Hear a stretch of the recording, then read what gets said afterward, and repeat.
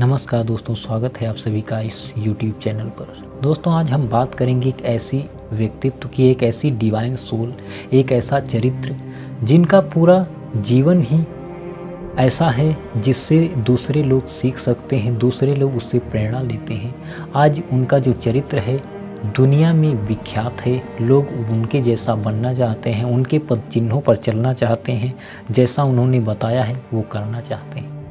वो चाहे राजनीति की बात हो, चाहे घर परिवार की बात हो, चाहे माँ बाप की बात हो, चाहे गुरु के सम्मान की बात हो, चाहे भाइयों की आपस की बात हो, हर एक चीज़ में उन्होंने अपने जीवन से बताया है अपनी प्रजा का पालन कैसे करना चाहिए, किसी का सम्मान कैसे करना चाहिए, किसी का अपमान नहीं होना चाहिए, हमारी वजह से किसी को तकलीफ़ नहीं होनी चाहिए। परिस्थितियाँ कितनी भी विषम हो जाएं, कितना भी उतार चढ़ाव आए, लेकिन उनका सामना करते हुए उनसे कैसे निकला जाए, उनसे मुंह छुपाकर वापस नहीं आना चाहिए, उनका डटकर सामना करना चाहिए और कैसे उनका मुकाबला करके उनसे जीतना चाहिए। दोस्तों, ये सब कुछ उनका चरित्र बताता है, उनका जीवन की जो पूरी यात्रा थी वो बताती है दोस्तों कि हर एक परिस्थिति में हमें कैसे निर्णय लेना चाहिए, क्या सोचना चाहिए, कैसे सोचना चाहिए दोस्तों, और क्या हमारे लिए सही रहेगा कि दूसरे को भी उससे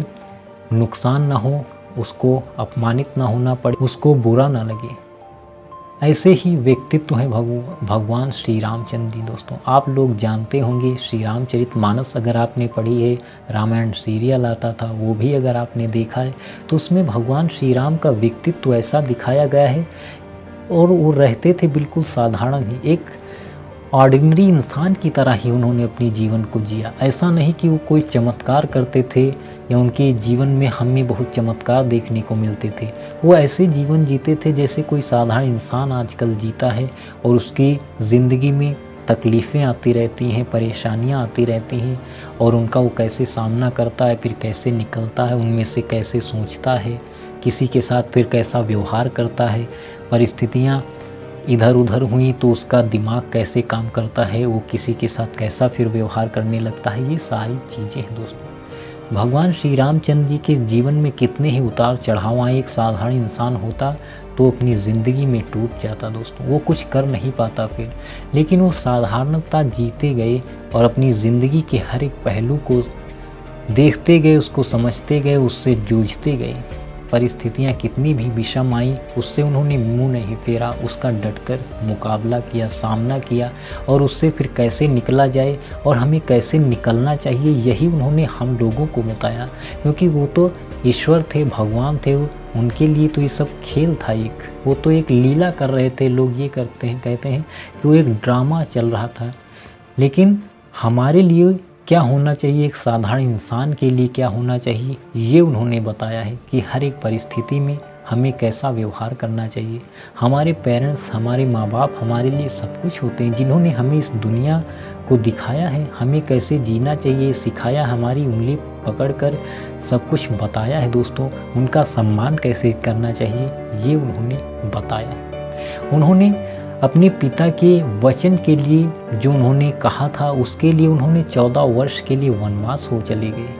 अगर वो नहीं जाना चाहते तो दोस्तों कौन उन्हें भेज सकता था। उनके पास त्रिलोक की शक्ति थी, वो सबसे महान थे, जो चाहते एक उंगली के इशारे में हो सकता था, लेकिन उन्होंने एक साधारण इंसान की तरह पिता के चरणों में मस्तक नवाया और वन को चले गए। आज के इंसान आप सोच कर देखिए कि किसी के माँ बाप अगर उससे वन जाने के लिए कह दें या नाराज़ होकर उसको घर से ही निकालने की बात कर दें, तो दोस्तों वो बच्चे ही माँ बाप को घर से निकाल देंगे। वो कहेंगे तुम्हारी क्या औकात है जो हमें तुम घर से निकाल दोगे, हम तुम्हें खुद ही घर से निकाल देंगे या हम तुम्हारे साथ ऐसा कर देंगे, वैसा कर देंगे। कोई नहीं करता है दोस्तों आजकल माँ बाप के साथ ऐसा व्यवहार, उनका सम्मान इतना कोई करता ही नहीं है। श्री रामचरितमानस अगर आपने पढ़ी है, उसमें लिखा है प्रातः काल उठिके रघुनाथा, मात पिता गुरुनावे माथा। लेकिन आज का इंसान माँ बाप के चरण को छूता नहीं, उनको लगता है शर्म आती है, ये सब पुराना कल्चर है, इसको हमें जीने से क्या फ़ायदा, ये हमको नहीं अच्छा लगता है। और सुबह उठ के उनके पाँव छुओ और उनसे नमस्कार करो, ये क्या है? गुरु की भी अब रिस्पेक्ट नहीं होती दोस्तों। गुरु और शिष्य आजकल बैठे रहते हैं तो पता ही नहीं चलता कि कौन गुरु है, कौन शिष्य है या कोई फ्रेंड है।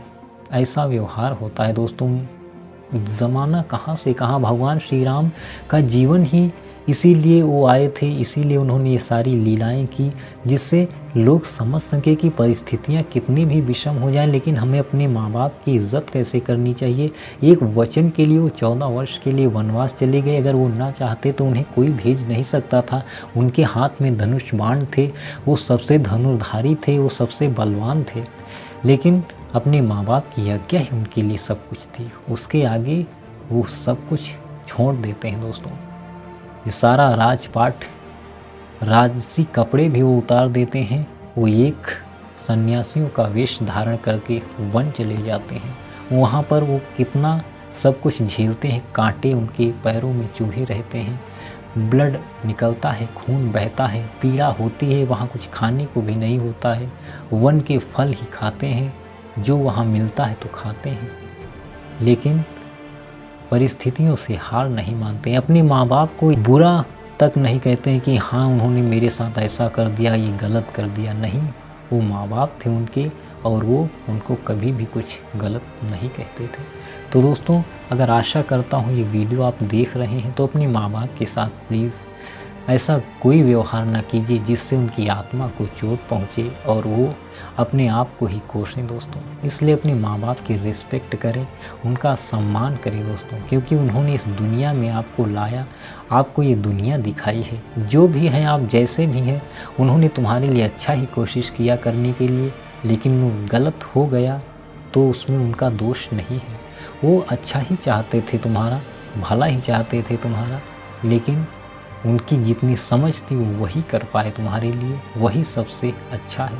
तो जैसे भी हैं उसको बदलने की कोशिश करें, पॉजिटिव तरीके से, नेगेटिव तरीके से नहीं। अगर सकारात्मक तरीके से आप बदलेंगे तो परिस्थितियाँ बदल जाएंगी और जो चाहते हैं आप वो कर सकते हैं। तो दोस्तों, आज की इस वीडियो में बस इतना ही। अगर वीडियो पसंद आया है तो इसे लाइक और शेयर करना, और चैनल पर नए हैं तो सब्सक्राइब करके बेल आइकन भी ज़रूर प्रेस कर देना, जिससे ऐसे ही वीडियो आपको मिलते रहें। तो जय हिंद, जय भारत, टेक केयर।